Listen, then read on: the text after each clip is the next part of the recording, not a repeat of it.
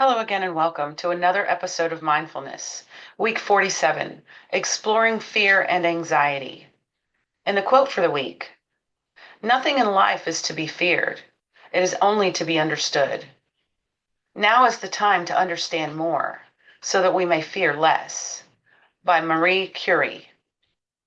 Fear is our mind and body's evolutionary response to perceived threats, the fight or flight response that kept our ancestors alert for real danger. Today, fear shows up more often as anxiety, a foreboding of possible future misfortune. Every day we hear about terrible things like accidents, illness, loss, and death. These things make us keenly aware of our own vulnerability to calamity. Many of our fears arise from the fact that everything changes. We age, our children grow up, people leave us, and every living thing dies, including us. Fear and anxiety can often hinder our ability to function in life. So our natural reaction is to avoid fear through distraction, medication, and denial. Mindfulness teaches us a different way to approach fear and anxiety. Rather than judging and resisting it, we approach it with compassion and curiosity, which can reduce the grip of anxiety. Allowing your fear space without resistance gives it the freedom to dissipate. Day 1 journal prompt. Today I contemplate one of my biggest fears. I visualize it as a person sitting across from me and show compassion and kindness towards it. I ask my fear, "What do I need to know about you?" This is what my fear told me. Day 2 journal prompt. Today I return to one of my biggest fears and visualize putting it into a helium balloon. I release the balloon and watch it float away and out of sight. This is what I experienced with this exercise. Day 3 journal prompt. Today I notice my fears and anxiety as they arise through the day and pay attention to what triggers them and how they show up in me. This is what I noticed. Day 4 journal prompt.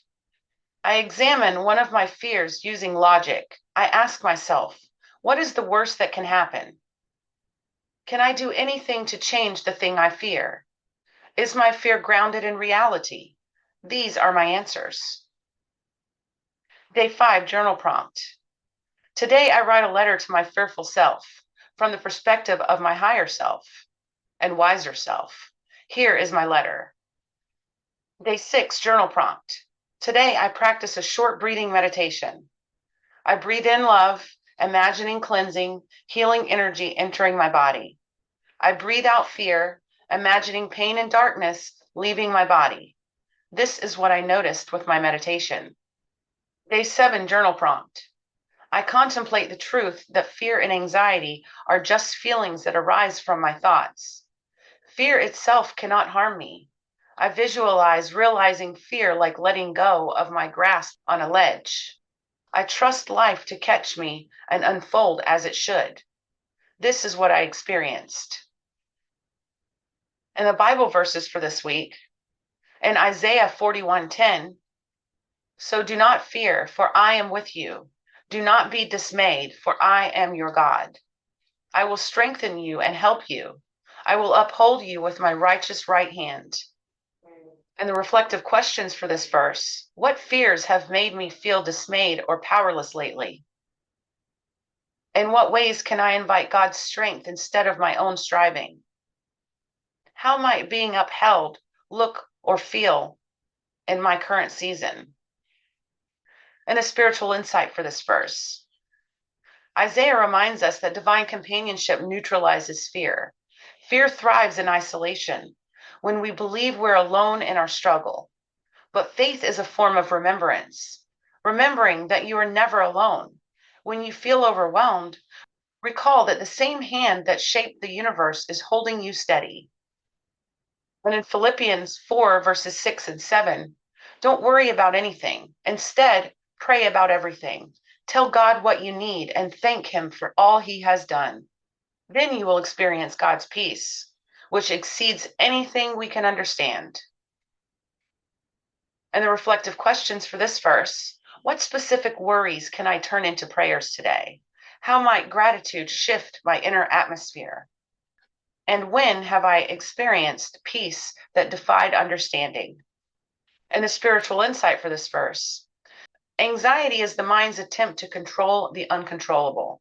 Prayer is the soul's surrender to that control. Gratitude completes the loop, turning anxiety's tension into trust. This practice transforms fear into a sacred dialogue, where every worry becomes a whisper of connection to God.